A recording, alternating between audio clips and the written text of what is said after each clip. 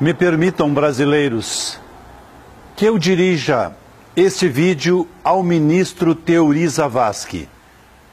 Bom dia, ministro Teori. Eu sei que o senhor é um excepcional jurista, fez uma longa carreira no Poder Judiciário. O senhor é um homem respeitado, é um homem probo, tem uma origem familiar excepcional, é um homem de origem humilde. Mas eu quero lhe lembrar que esta aqui é a Constituição do Brasil. Quero lembrar o senhor que esta aqui é a bandeira brasileira. E essa cadeira que o senhor senta é uma cadeira sagrada no Supremo Tribunal Federal. Portanto, não envergonhe o povo brasileiro, tampouco envergonhe a sua mãe, que participou da sua posse quando se tornou ministro no Supremo Tribunal Federal. O que o senhor fez ontem, ao atender um pedido excepcional da Advocacia Geral da União em favor de Lula, e eu repito, na petição dizia: conceda de forma excepcional a medida para que o processo que investiga a participação de Luiz Inácio Lula da Silva no Petrolão venha para o Supremo. Ora, ministro Teori, o senhor como eu sabemos que Luiz Inácio Lula da Silva, desde o dia que deixou a presidência da República, passou a ser um cidadão comum. Não possui foro privilegiado ou condições excepcionais de foro para ser investigado e julgado. O senhor sabe disso, o senhor tem consciência disso, o senhor é professor, o senhor ensinou seus alunos. Nós sabemos que só o presidente da República, o vice-presidente da República, senadores, deputados federais, ministros de Estado, chefes militares e o procurador da República e mais embaixadores titulares é que tem foro privilegiado no Supremo, ninguém mais. Não consta em nenhum dos dispositivos desta Constituição que possa permitir que Vossa Excelência conceda um salvo-conduto, um habeas corpus excepcional, uma medida extra-Constituição em favor de Lula, porque o senhor, assim procedendo, nada mais permite que seja dado um golpe institucional no Brasil. O que o senhor fez ontem, ao acolher no Supremo Tribunal Federal os processos de Lula, nada mais é que um golpe, ministro. E o senhor sabe disso, o senhor tem consciência disso. Eu não acredito que o senhor esteja pagando conta. Também não acredito que o senhor seja um daqueles que Lula chamou de covarde, porque essa não é sua característica. Ou foi, ou se transformou, ou o senhor se sentiu acuado e se sentiu atingido pela expressão de covardia usada por Luiz Inácio Lula da Silva. A Rosa Weber, que foi citada, ao contrário, se comportou como uma magistrada. Agora o senhor atendeu os anseios do Palácio do Planalto. O senhor cedeu à pressão da reunião dos juristas que se reuniu pela manhã no Palácio. Ministro Teori, o Brasil não concorda com o senhor. O Brasil não aceita a sua decisão.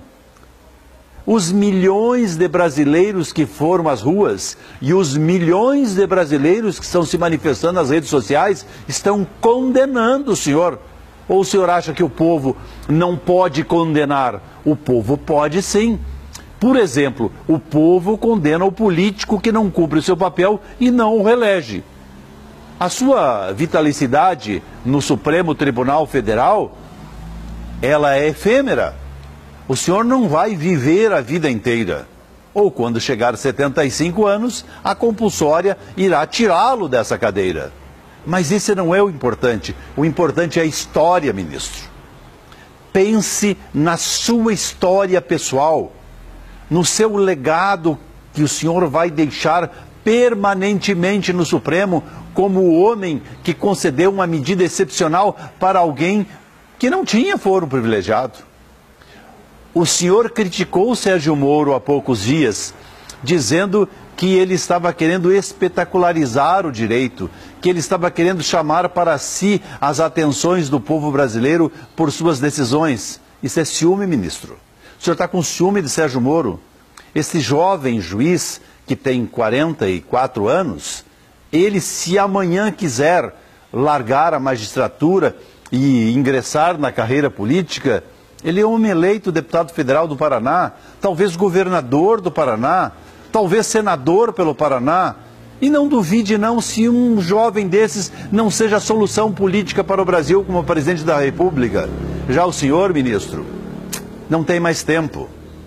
Nós, depois dos 60, nós começamos a contagem regressiva da nossa vida. E aí nós não podemos envergonhar nossos netos, não podemos envergonhar nossos vizinhos, não podemos envergonhar a nação brasileira. E o senhor ontem, na sua decisão de conceder uma medida excepcional, golpista na caneta, envergonhou o Brasil todo. Porque aquela claque que o senhor viu na manifestação petista, aquilo ali não é povo, aquilo ali são empregados dos governos do PT. Veja que o rapaz, aquele vereador de Guarulhos, que denunciou o uso da lotação da saúde para transportar pessoas para a Avenida Paulista, foi assassinado com 7 tiros e algumas facadas. E a polícia não vai descobrir nada, porque foi um crime político. O senhor tem que ouvir as ruas, mas as ruas autênticas. Aquelas que não ganham dinheiro para se movimentar, aquelas que de forma autônoma conseguem se reunir e dizer basta. E o senhor está permitindo, nesta Páscoa ao menos, que o PT tenha uma sobrevida, que Dilma tenha uma sobrevida e que Lula fique protegido pelo Supremo Tribunal Federal. Mas quem é Lula? Lula hoje é um cidadão comum. E o senhor, num golpe da caneta, porque quem deu golpe no Brasil foi o Supremo Tribunal Federal pelo senhor.